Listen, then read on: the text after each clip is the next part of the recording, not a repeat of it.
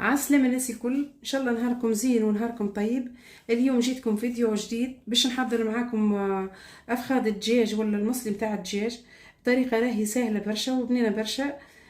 طريقتنا لليوم راهي في الوقيت متاع الفطور متاع رمضان، تجيكم مزيانه وسهله التحضير، يعني ما تشدلكمش برشا وقت، يعني حتى تتعبوا فيها التتبيله هذه متاع الدجاج ولا المصلي متاعكم. باش نوريكم شنو الموجود عندي 2 كيلو متاع افخاذ الدجاج هذونا مغسولين، يعني كما تشوفوا منقيين بالكدا. نقعتهم في القارص وفي الخل، وغسلتهم بالماء بارد، ما نغسلهمش بالماء السخون الدجاج متاعي. والتفويح نستحق مغرفه متاع طماطم معجونه، نستحق هدايا كيس متاع زيت، نستحق الملح على حسب الرغبه، نستحق هدايا مغرفه كبيره متاع ثوم، عندي هذايا التابل ولا قزبر، وعندي شويه كمون، مغرفه كبيره هذه فلفل ما بين حلو وحار، مغرفه صغيره هي كركم، مغرفه صغيره فلفل اكحل، ومغرفه صغيره هذه فلفل لكن مهرشه، وهذه مغرفه صغيره حتى هي متاع زنجبيل، وعندي هذاك كليلو زعتر مخلط، هذاك باش نستحقه للتتبيله يعني للدجاج نتاعي. وفي نفس الوقت الخضار راني نفوحها وحدها ديما كما متعودتوا بيا، ما نعملش نفس التفويح يعني اللي نديره مع الدجاج، نديره مع البطاطا. ماذا بيا نفوح الدجاج وحده، والبطاطا والخضار اللي نعملهم نفوحهم وحدهم باش تجيني يعني البنه الدجاج راهي تجيني بنينه برشا.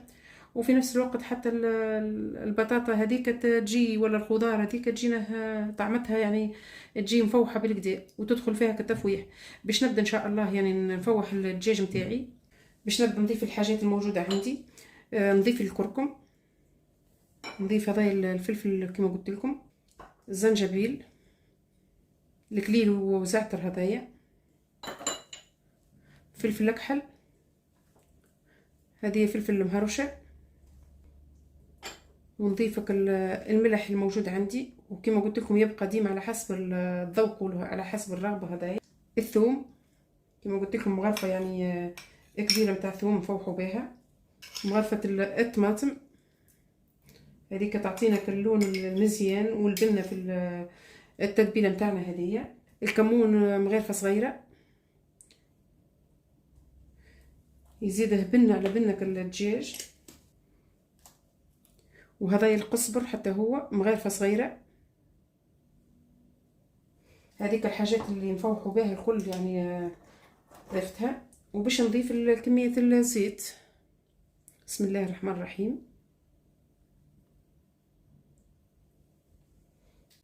باش نبدا نخلط التتبيله نتاعي في الدجاج، بسم الله الرحمن الرحيم. ندخلها بالكدا باش يتفوح الدجاج نتاعنا يعني، ويجينا اللون نتاعه مزيان وتدخل فيه وتجينا البنه نتاعه مزيانه. طريقته راهي سهله. نحضر كما هيك يعني، راني ما نحبش بصراحه نحضر التفويح هذايا ونحط في الكونجيلاتير، نحب كل حاجه باش نطيبها لصغاري ولا لداري ان نستعملها يعني في نهارها، الدجاج ولا اي حاجه باش نفوحها ولا باش نطيبها. نفيق الصباح ونحضر ان شاء الله يعني كما هكا، ونخليه حتى يتدبل. كي يجي وقت الطياب ندخله في الفرن، يعني يجيني ساهل ما يتعبنيش.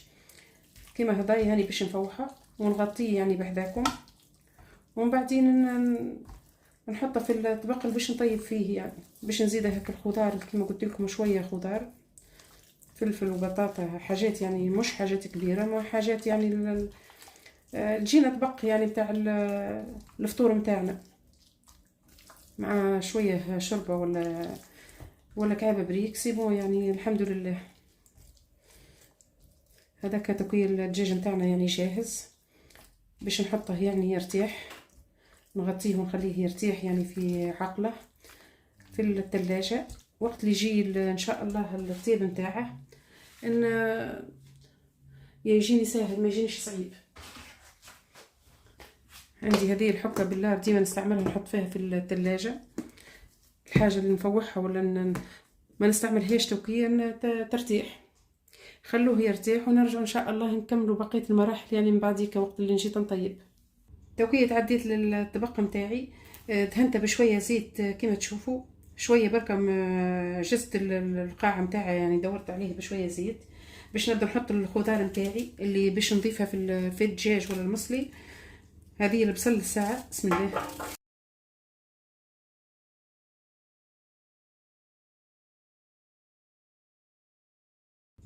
اوكي باش نحط البطاطا عليها، بسم الله.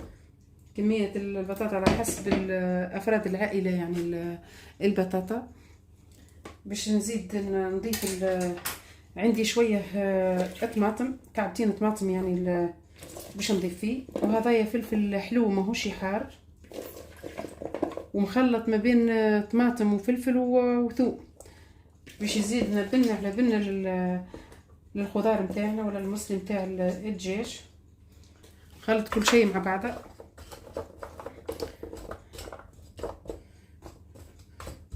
تنزيد نخلط، راني كنحط التفويح متاعي، نخلط بالكدا. نضيف الملح كما قلت لكم على حسب الذوق. الملح ما ننسوش رانا ملحين الدجاج باش يهبط التفويح هذاك، راه يهبط على هذه الخضار هذه. نضيف هذايا الكركم، فلفل اكحل هذايا، فلفل مهروش هذايا ولا هروس اللي متوفر، يعني تنجموا تفوحوا بيه واللي حاجتكم بيه، يعني نوعية التفويح. جربوا برك طريقة التفويح كما هكا راه يجيكم أبن. نزيد شوية كمون راهو يزيد بن على بن المصلي. جربوها الطريقة هذه راهي تعجبكم إن شاء الله. نضيف مغرفة صغيرة حتى هو، صدقوني كالرايحة ما نقول لكمش كيفاش كالرايحة في التفوحات هذه. فلفل هذايا حار، مش كالحار ياسر اما متوسط الحرورة. باش نزيد شوية فلفل اعطيني كاللون المزيان، الفلفل الحلو. كمالة المغرفة الكبيرة زدتها فلفل حلو، يعني مغرفة يسمى من بين حلو وحار. باش نخلط كل شيء مع بعضه.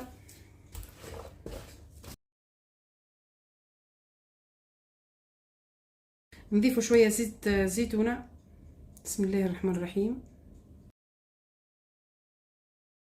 هذاك الزيت الزيتونة مع البطاطا والخضار هذه.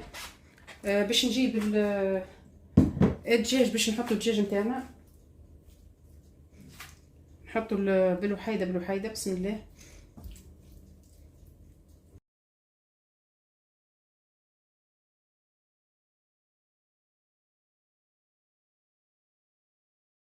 ولا كملت لفخات الدجاج بالشكل هذايا. عندي هذاك اللي قعد في البول اللي خلطت فيه، نزيد نحط فوق منه باش يعطيني كالمنظر المزيان. نشغشهم بالكدا هذونا. هذاك الشكل الاطبق نتاعي. باش نحطه هو في الفرن ديجا. والقرون فلفل، عندي قرينات فلفل اخضر واحمر، ما نحطهمش توكيه، نحطهم كان بعديك هون. نغطوه هذايا، نحطوا عليه ورقه الاوراق نتاع الفرن، نغطوه من فوق ونزيدوه البابي الالومنيوم باش يطيب لنا، يعني يجينا هاك الطري. وفي نفس الوقت ما يجيناش شايح، يجينا فيه هاك يهبط هاك الدجاج والخضار هذيك، تهبط الماء نتاعها من غير ما نضيفوا لها ماء. وراهي تجينا ما شاء الله، تجينا روعه. وتسيب لنا الصوص نتاعها تجينا مزيانه برشا. نغطي الاطباق نتاعي كيما تشوفوا بعد ما غلفته بالبابي الالومنيوم والورقه الزبده هذه باش ما يتحرقش، ويجينا هشوش المصلي نتاعنا نتاع الدجاج، ويجينا بنين في نفس الوقت. ديجا راني الفرن نتاعي يسخن على 220 درجه. نخلوه يعني من قبل، يعني نسخنوه الفرن نتاعنا، ونخلو الدجاج نتاعنا لمده 50 دقيقه، ونرجع ان شاء الله نشوفوه. سي طلعت الطاجين نتاعي، الطاجين نتاع الدجاج ولا المصلي نتاع الدجاج، هذاك الشكل نتاعها. وخزروا له كيفاش نودكم ولا نشهيكم، راهو طايب في حقه. وخزروا له كيفاش البطاطا نتاعنا يعني طايبه. الدجاج كيف وخزروا له كيفاش. دم نحط عليه السكينه يتنح وحده محمر. اخذوا لها كيفاش جربوها الطريقه هذه، راهي بنينه برشا وفاوح برشا، وفي نفس الوقت ما تعبناش برشا. يعني في رمضان يعني كنا نطيبوا طبق كيما هكا نتاع مصلي نتاع خضار ودجاج، مش درناش برشا وقت، يعني دم نخلطوه ونحطوه في الفرن يكون حاضر من غير ما نتعبوا، من غير ما نوقفوا برشا في المطبخ. وان شاء الله يعجبكم طريقتي اليوم للمصلي الدجاج وتجربوه، واللي جربه ما ينسانيش بجام. فضلا وليس امر، ونشكر الناس الكل على كلامكم مزيان، وشاهية طيبة للجميع، وإن شاء الله في الوصفة القادمة إن شاء الله، وبسلامة.